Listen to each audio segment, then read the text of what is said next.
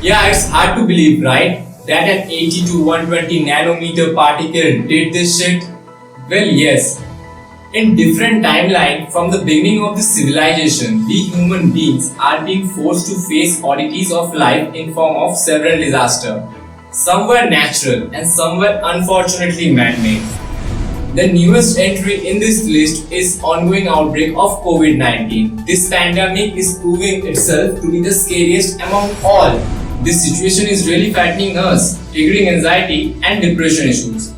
But if we compare those previous incidents with now, aren't we more advanced, more democratic, more privileged than people back those timeline? Well, we can talk about it later on. Let's look up to Japan first. In 1945, two uranium bombs at Hiroshima on 6th and Nagasaki on 9th August razed and burned about 70% of all the buildings and caused an estimated of 140,000 deaths at the end of 1945, along with increased rates of cancer and chronic diseases among the native survivors.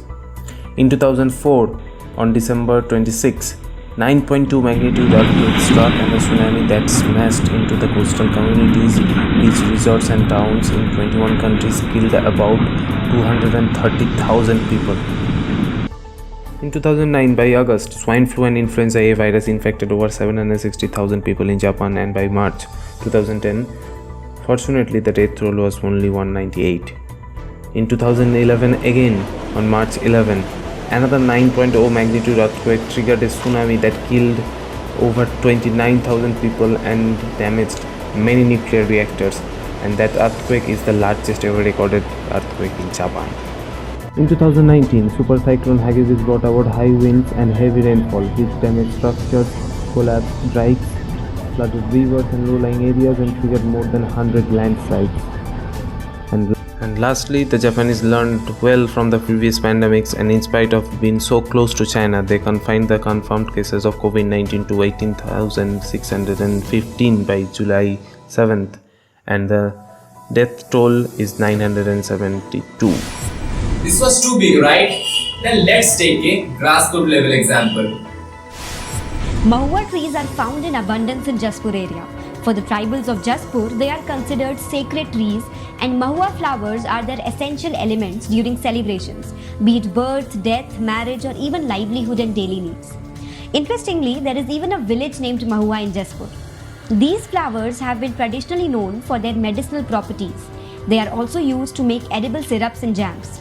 But most importantly, they add an extra spice in the lives of tribals by the local country liquor that is produced when the flowers are fermented. This time, the tribal women were given the task of using Mahua as a hidden warrior in this fight against coronavirus.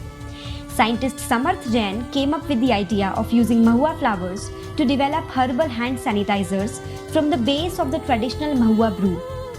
He sensed that there was a growing demand for alcohol-based sanitizers in the state and approached the Adivasi women from Jaspur, who brought with them their natural skills, knowledge of traditional brew, and respect for Mahua. He trained these women for the production of sanitizers. They call this sanitizer Madhukam. Well, if that's not inspiring for you, then nothing more in this world can do that for you. As I said earlier, we are more updated and more privileged. History says every time we survive, no matter what happened, this phase too will pass. All we need is to bring out the most positive attitude and accepting nature to deal the whole situation. We just have to think about new out-of-the-box ideas suitable for the situation.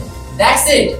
Yeah, one more thing. This time, it should be sustainable and obviously eco-friendly. Because we know what Mother Nature can do, right? This is Sabuj Singh and you are watching Dristikon Prime.